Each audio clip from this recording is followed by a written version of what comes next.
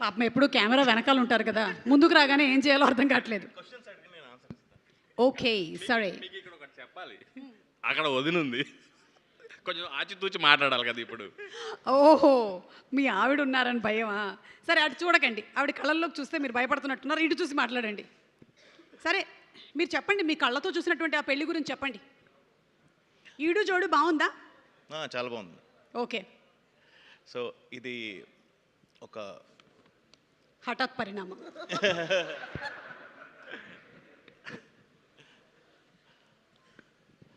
ఈ మధ్య వచ్చే ఈటీవీ విన్ నుంచి వచ్చే మంచి కంటెంట్లో భాగంగా ఇది ఒక చాలా మంచి సినిమా అండి.